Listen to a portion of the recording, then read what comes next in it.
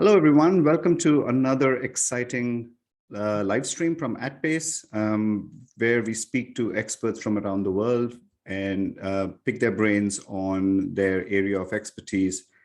Today, I am really pleased to have Andrea Miller. So I'm just going to give you a quick introduction of who she is, and I might be out of breath at the end because it's a lot. So Andrea is the CEO of a company called the Wealthy Leader. She's an executive and a leadership coach. She's also a learning and development consultant. She's been recognized nationally in the United States, as well as around the world, as an expert in patient experience, caregiving, and well-being. She's worked with a number of marquee brands, including Siemens Healthineers, the World Health Organization, UNAIDS, UN Refugee Agency, the CDC, and a number of other health startups. Her work has been published in the United Nations, entrepreneur.com, Thrive Global, and many platforms, which is where I first got to know her through the work that she was doing there. She is a master's in international and intercultural management from the School of International Training,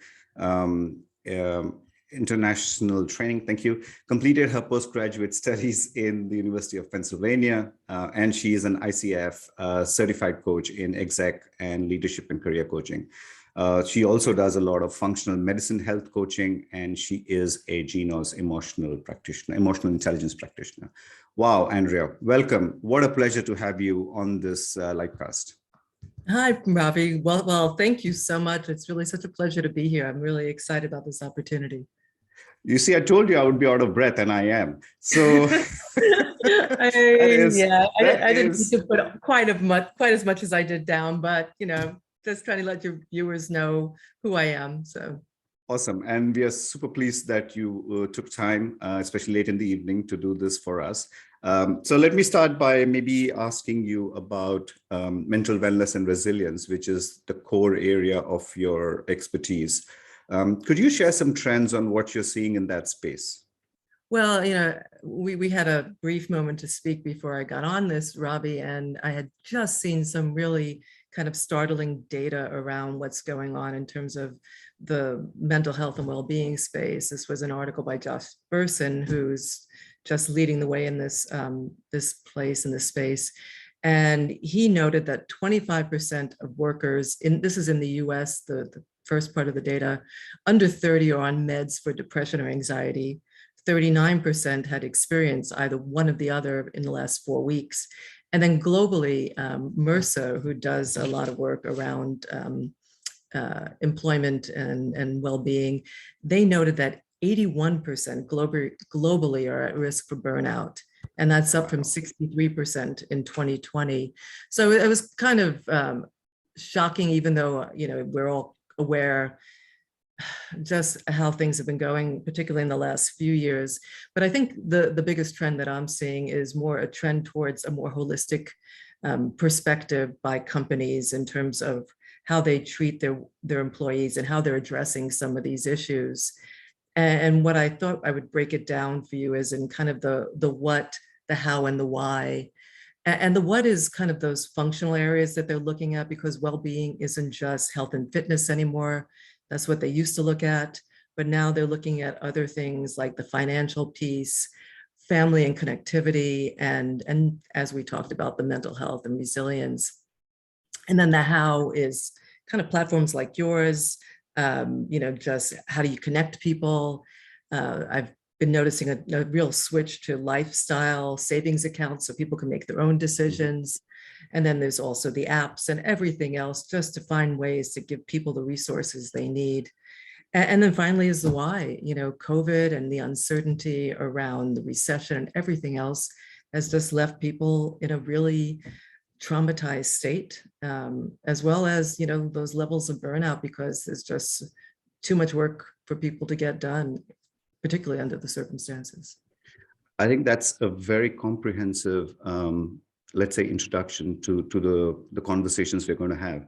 I'm really surprised by the spike in the data, and you were right when you were making that observation earlier, that data is really shocking to the extent that if you've got a 20% increase, sorry, a 20-point increase from 60 to 80 odd percent that they are vulnerable to, let's say, burnout. That's a lot. Could you just break that down a little bit more for us if you've got some more data on, especially the causes of it, and do you see geographical differences? I don't have the breakout because literally I saw the article right before I got onto the podcast, but some of the things that they reference are not surprising. It is that uncertainty piece, because for the human brain, uncertainty is even more difficult than knowing. So if you know a bad outcome, you feel less anxious because you know what's going to happen. But when you're uncertain, our lizard brains, our brain's limbic system just kind of goes on high alert, and we have that negativity bias, and we just kind of catastrophize. So there's a piece of that. A lot of it also is the demands of work, that always on state that we're in, because like you and I right now, we're on video and it is 7:40 at night for me. And, this is my choice. So it's great. I have no problems with it. But for a lot of workers, it isn't their choice, or, the demands of home are also impeding upon the demands of work. So their days just become so incredibly long that there aren't the boundaries. They're not getting the rest they need. They're not taking care of themselves in the way they need to. And everything is just overflowing into everything else. That's true. I think you're right to say that I want to go back to your point about the lizard brain, right? And I was reading this book called Burnout, in which these authors really speak about how we have to deal with two things in order for us to complete the cycle. So they talk about the stress cycle, right? And there are two things that you need to do to complete the stress cycle. One, you need to deal with the stressor and remove the stressor. And then you need to tell your body that it's okay to relax. Because unless and until you do the two things, your stress cycle is not complete. So one of the challenges that we have, that you just highlighted, and which goes back to the work that I was reading in the book as well, is most of the time we are able to deal with the stressor. So it's a difficult presentation or a difficult conversation or a meeting, and we say, yes, we're going to get through this. But we don't have enough time to reset and close the cycle.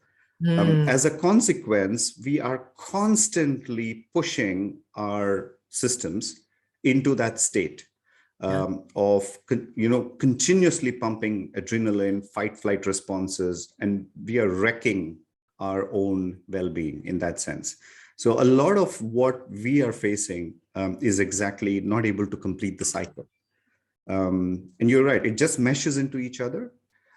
So you're going from an email to a tweet to a Slack to dealing with the kids to then being able to order food or able to cook food, then take care of your probably parents, and then you're back again into the Slack and messaging. And that's crazy. I mean, the amount of work or the amount of adrenaline that we are pumping into the system is just too much to deal with.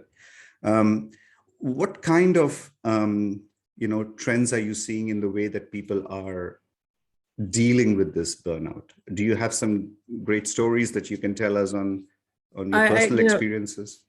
Well, I mean, I can talk about my own personal experience. As you know, Ravi, I had my own former burnout a number of years ago. I was working with the UN, and I wasn't burnt out from that per se, but I wound up quitting because of my mother's illness. And then I moved back to New York and had all these stressors because of my own personal health, working, and dealing with my mother's end of life crisis. And I think it's not unusual for people to be going through all this now too.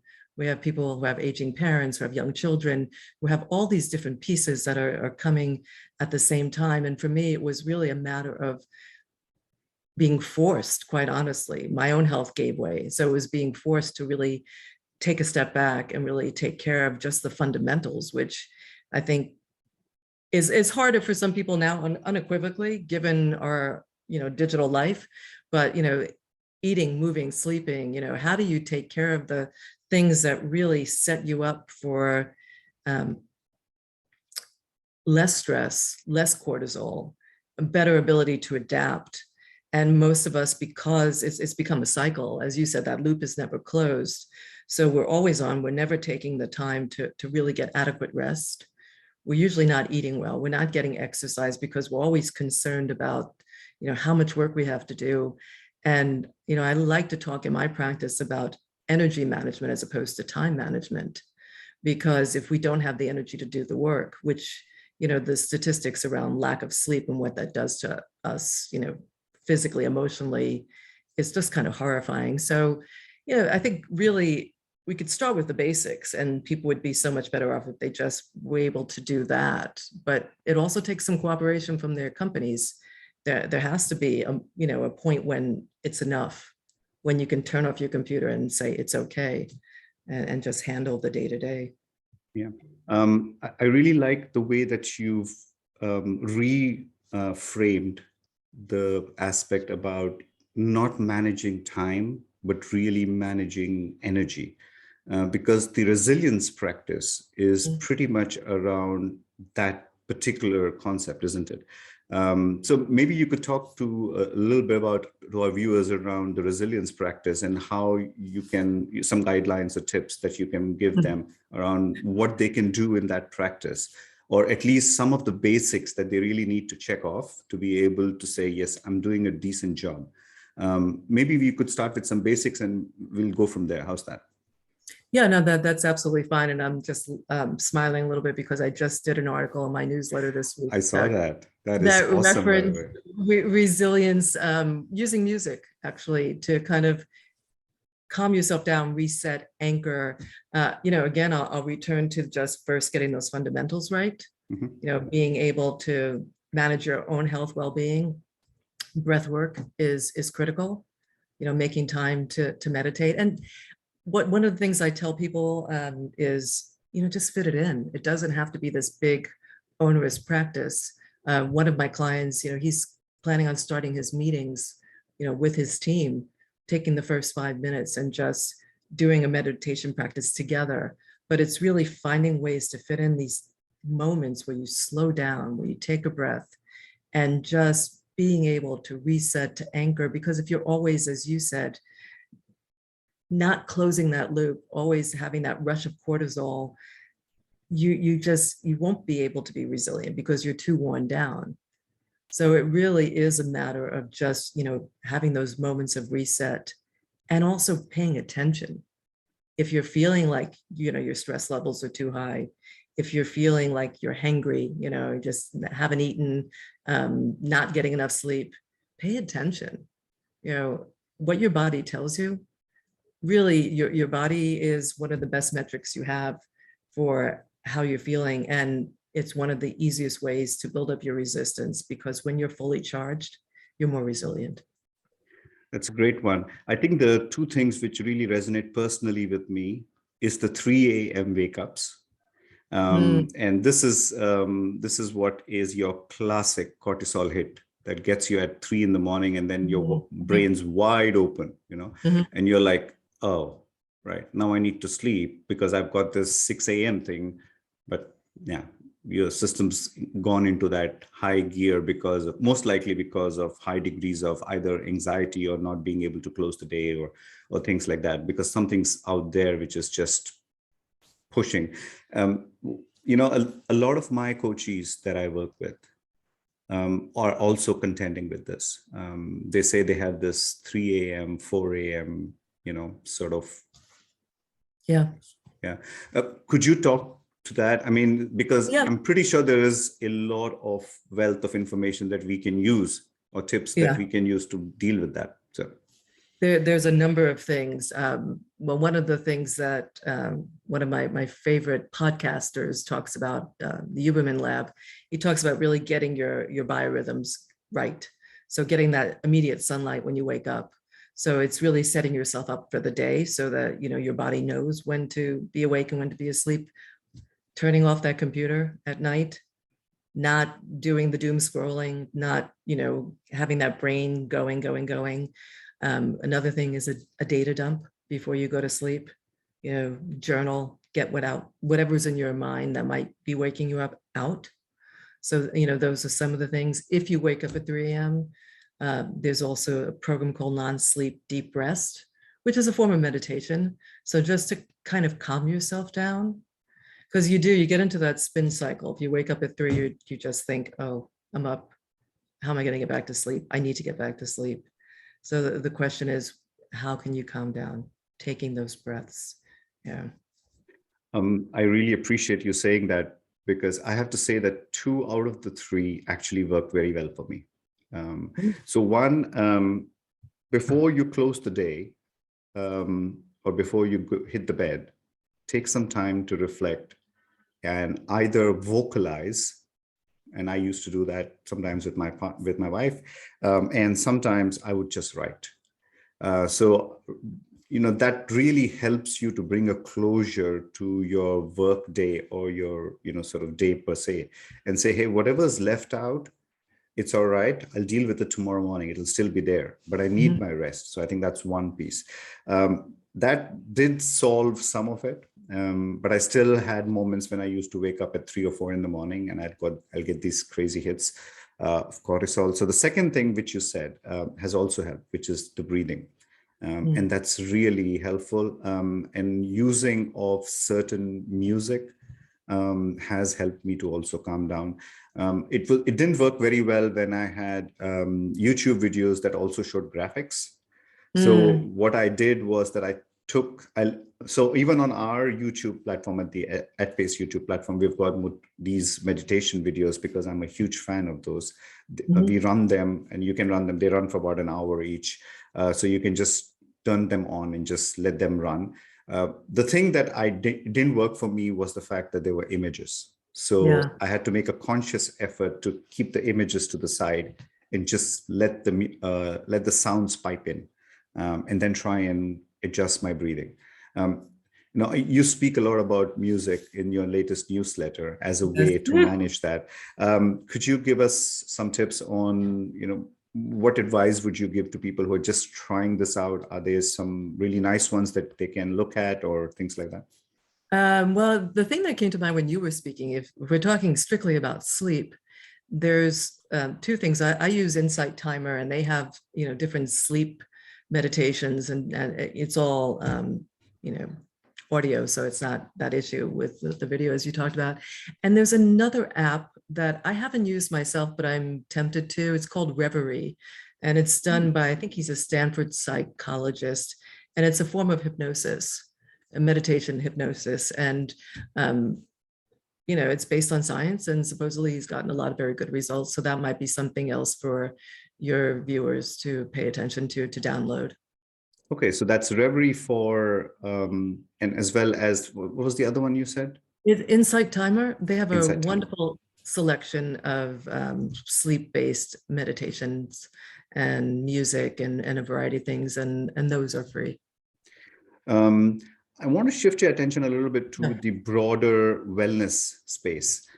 So not just sleep, but also more like nutrition and resilience and things like that. What kind of trends are you seeing with this return to hybrid model, and in some companies pushing employees to be in the office for certain periods of time?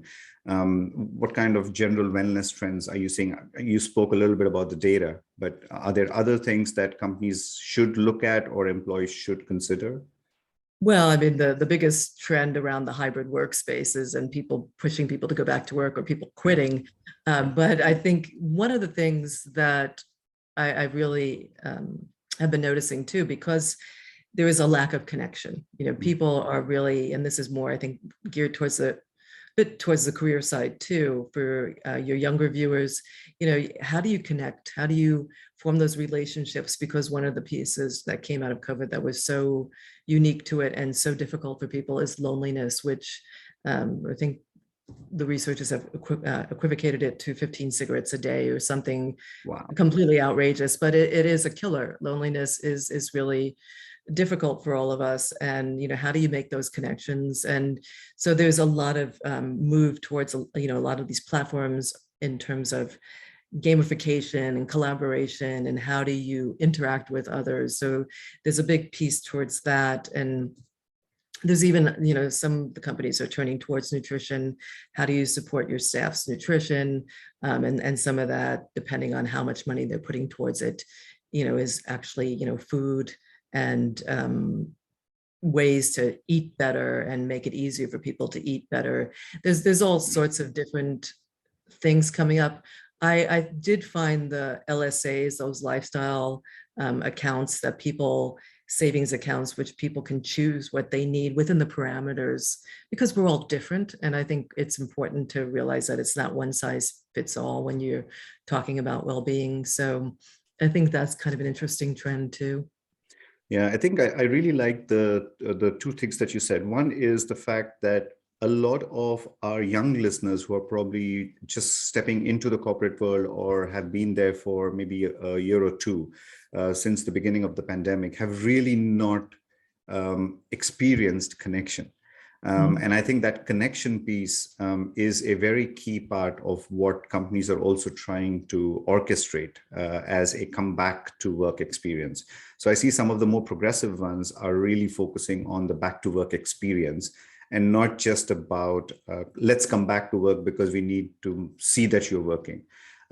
I've got those set of, let's say, perspectives as well from some of the work that I'm doing, that people are saying, oh, we want our teams back because we want to be sure that they're working. And my question back to them was, even when they were sitting right in front of you, how do you know they were working?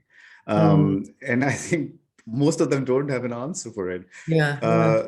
So I think they really need to think about the experience and the outcomes as two sort of complementary pieces, and not just make it about, oh, we are resetting, we're going back to the way it was. Unfortunately, we can never go back to the way it was. And I think we need to chart a path forward. So I think this has been quite exciting for me to hear from you on those two. Do you have any upskilling or areas of tips that you would like to offer to our listeners on how they can make self-care a priority? Are there 2 or 3 areas that you really want them to focus on? Well, I think the number one area is sleep, unquestionably. You have to get that right, because if you don't get enough sleep, I forgot, it's the equivalent of being drunk. I think it's 0.05. It's the equivalent of having a certain level of alcohol in your system. Your ability to focus, concentrate, be creative, be innovative, and I know personally my irritability factor goes up, which I think is critical when you're in an office. How well you can interact with your colleagues. But that would be my first line of defense, is really getting them to really make it a priority to get 7 to 9 hours of sleep, depending on what their needs are. That is number one. I'd say breathing is super critical in terms of being able to manage their stress. And within that, not being afraid to ask for help. If you're having some mental health issues, if you're just feeling like something's not right, finding someone to talk to, whether it be a friend, a counselor, your boss, whoever it is that you trust, that you feel safe with, but asking for the support you need. I think that is really, I can't say that enough. I know there's some stigma around it still, but with all the online tools, all the platforms, it can be a much more private thing. But if you need help, ask for it. I know it's hard, but it's important. Those are the 2 most critical. Nutrition is obviously so important. How you feed yourself, how you nourish yourself is how you're going to show up during the day, and it impacts your health on so many levels. So I put that in there too. That's probably the trifecta, right? Sleep, nutrition, and wellness in terms of being able to take care and ask for help and support. This is an amazing sort of combination. If you get that balance right between being able to eat well, sleep properly, and still be mindful of where you are and ask for help when you need to and get the help you need, I think that can really change the overall energy management that you're going through, that you speak about. I want to share a story, and then I would probably ask you to just comment on it. Last week, I was in conversations with a very senior leader, and they were speaking about, Ravi, I'm having trouble managing the performance of one of my employees. And the person just doesn't show up as the way that we want them to, does not meet the objectives and so on. And the minute we try and push the person, we get this whole mental wellness, sort of flag that the person raises. So how do you want, or what kind of, coaching can you provide to me to help me manage this kind of a difficult employee? And I listened to the person and I thought, what can I tell this person? So my first question back was, tell me, what did your HR team say? And he said something about what the HR team has said. And my question was, how do you feel about that? And he said, I want to manage the performance because for me, that's crucial. And I said, okay, I get it. We are all measured by performance. Can you just take that hat off for a second? Put on your human hat. How would you want somebody to respond to you if you were struggling? Some of my favorite questions. Yeah. Right. And I just saw the bulb go on and the person just went quiet. So what advice would you give to line managers or to leaders who are really pushing for performance and companies who are really wanting to transform themselves through this recession, on how they can find the balance between performance and wellness? Yeah, no, you had mentioned it before. You talked about that compliment, and there is no performance without well-being. If you're not feeling your best, you can't bring your best. There's just absolutely no question. And I just want to say, I love that question. It's one of my favorites, the one you asked him.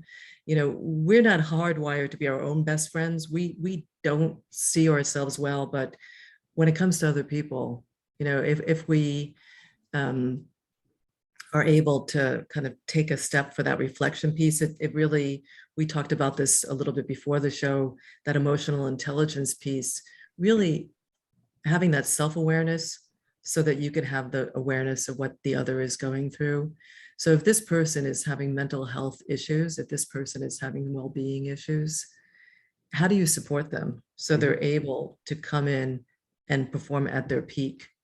And when you do that, when you set your company up that way, when you set your employees up that way, when you really care about them, I mean, you probably know the work of Daniel Pink and his work on motivation.